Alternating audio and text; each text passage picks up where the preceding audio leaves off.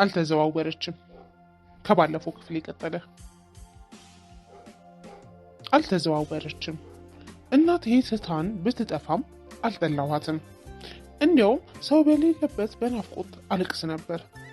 በተለይ ጠዋት አባባ ወደ ስራ ከሄደ በኋላ ወንድሞቼ ለጨዋታ ሲወጡ ሰራተኛችን እዚያው ሰፈራችን ወዳሉት ጉሊት ገበያ ስትሄድ ቤቱ ባዶ ይሆንልኛል።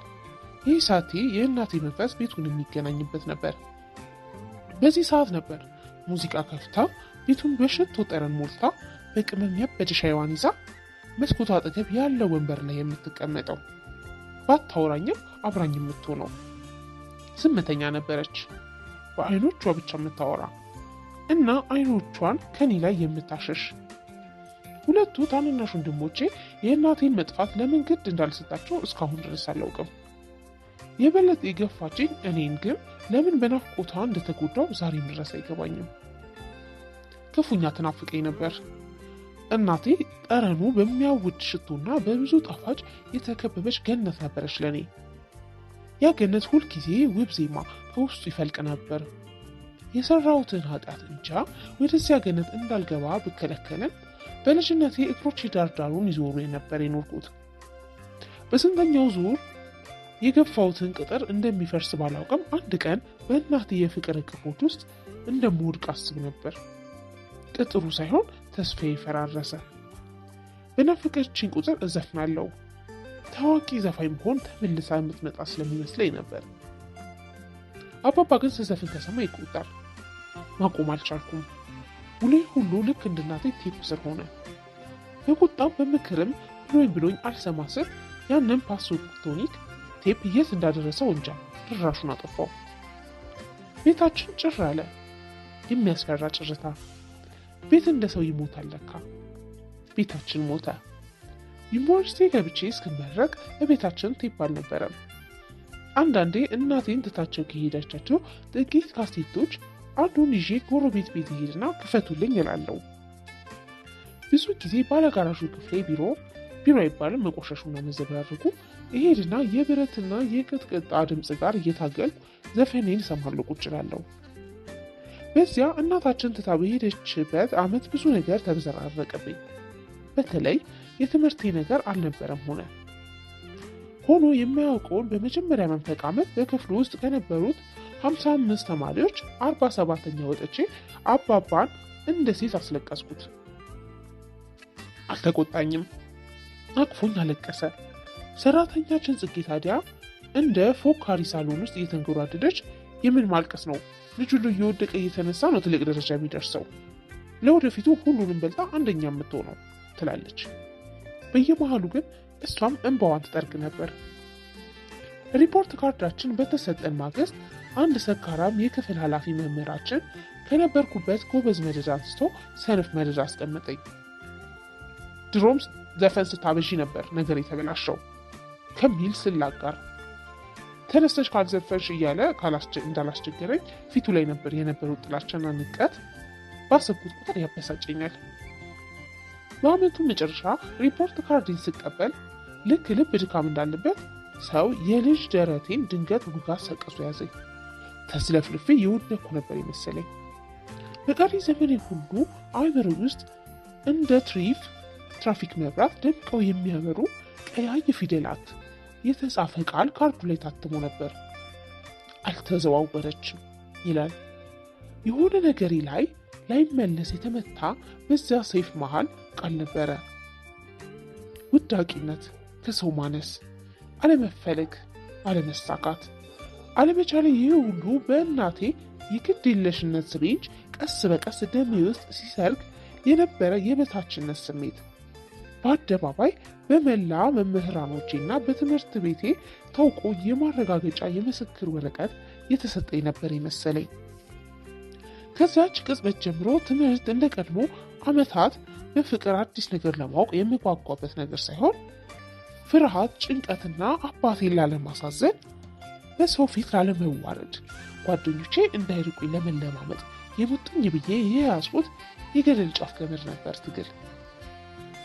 ከዚያ በኋላ ጎበዝ ተማሪ ሆኜ ከመማርበት ክፍል እስከ አጠቃላይ ትምህርት ቤት ከፍተኛ ውጤት እስከማስመዝገብ ብደርስም ያ ቃል ያንኮታኮተ በራስ መተማመን ግን እስከ መጨረሻው አልተመለሰም።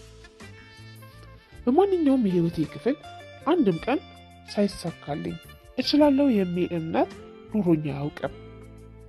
በየትኛውም አጋጣሚ ከውድድር እርቃለሁ። ከዚያ የልጅነት እድሜ እስከ ኮሌጅ የፈተና ውጤት በሚነገርበት ቀን ልቤ ላይ የሚሰማኝ የሚያፍን ጭንቀት አለ። ውጤት ሲባል ብርክ ይይዘኛል። ከኮሌጅ ከተመረቅም በኋላ ሀይሚን ጨምሮ ብዙ ጓደኞቼ ያውም ከእኔ ያነሰ ውጤትም ብቃትም ያላቸው ልጆች በታላላቅ ድርጅቶች በጥሩ ክፍያ ሲቀጠሩ፣ ስራ ሲቀያየሩ እኔ መጀመሪያ ከተቀጠርኩበት ቢሮ ንቅንቅ አላልኩም። ስራ እንድቀይር በሚሰሩት የውጭ ድርጅት እድሌን እንድሞክር ገፋፍተውኝ ሲደክማቸው ሁሉም የራስሽ ጉዳይ ብለው ተውኝ። ያ አልተዘዋወረችም ያስፈነደቃት ብቸኛ ፍጡር ጓደኛዬ ሀይሚ ነበረች። በደስታ አቅፋ ይዘለለች። ምክንያቷ ደግሞ ገና አንደኛ ክፍል ስንገባ ክፍል ደግማ ስለነበረ እኩል መሆናችን አብረን እንድንቀጥል እድል ይሰጠናል ከሚል ንጹህ የጓደኝነት ፍቅር ነበር። ከፍ ስል በእድሜ ስበስል ታዲያ ያችን አልተዘዋወረችም እያስታወስኩ በብዙ ሀሳብ እብሰለሰላለሁ። እንደ ቀልድ በወላጆቻችን በመምህራኖቻችንና ጓደኞቻችን የምትወረወር የቃል ዘር ተራ ቃል ሆና አታልፍም። ከኛ በላይ አድጋ ዛፍ ትሆናለች። ማንም ሰው ተጠልሎ የሚኖረው ውስጡ ተተክሎ ባበቀለው የቃል ዛፍ ጥላ ስር ነው። በቀሪ ዘመናችንም ሁሉ የእድሜ ልክ ፍርሃት አሊያም ብርታት ጥለውብን የሚያልፉ ቅጽበቶች የሚበዙት መፈልፈያቸው ቃል ነው። ይህንን አጥብቄ ስለማሰብ ለንግግሬ በጣም ጥንቁቅ ነበርኩ። ከዚያ ክፉ ቃል በኋላ በእርግጥ በሂሳብና በእንግሊዝ የተሻለ ውጤት ማስመዝገብ ብቻ በህይወት ፈተና ወደ ተሻለ ከፍታ እንደማያሻግር ህይወት ራሱ አስተማረኝ። በስራ በፍቅር እና ሌላ ማህበራዊ ግንኙነቶቼ ያ ማህተም የኔ ጠባሳ ብቻ እንዳልሆነ ተረዳው። በስንትና ስንት ጉዳይ የህይወት ስንክሳር እንደ ቤተሰብ፣ እንደ ሀገር፣ እንደ ሃይማኖት አልተዘዋወርንም የሚል ማህተም ኑሯችን ላይ አርፎብናል።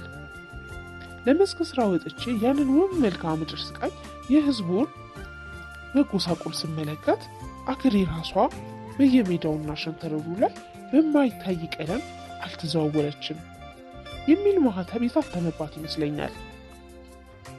እንደ ሀገር ስንት የመሬት መንቀጥቀጥ ቢያጋጥም እንዲያፈራርሰን እላለሁ። ምን ያህል በጎርፍ ተጥለቀለቅን። መቼስ ነበር እሳተ ገሞራ ምድራችን ላይ የፈነዳው? የትኛውስ ወረርሽኝ ነበር ለዓመታት ህዝባችንን የፈጀው? በየ10 እና 20 ዓመታት የሚያጋጥምን ድርቅ በዚያ ሁሉ ዓመታት ባመረትነው ምርት የማይመካ ሆኖ ነበር ወይ በረሃብ ህዝባችን የማያልቀው? ይሄ ሁሉ የተፈጥሮ መልከም እዚህ ግባ የሚባል ጉዳት የማድረስ አቅም አልነበረውም። ታዲያ ምንድን ነው እንዲያጎሳቆለን? ምን ነበር አይናችንን ሸብቦ ሌሎች ከሩቅ ያዩትን እኛ ከቅርብ እንዳናይ የጋረደን? ይሄ ሁሉ ጦር ያማዘዘን ደም ያቃባን ሰበብ ምን ነበር? ቃል ነው። ቃል ነው ያፋጀን። በቃል ስንራገጥ ነው የምግብ ሌማታችንን ከአፈር ይቀላቀል ነው።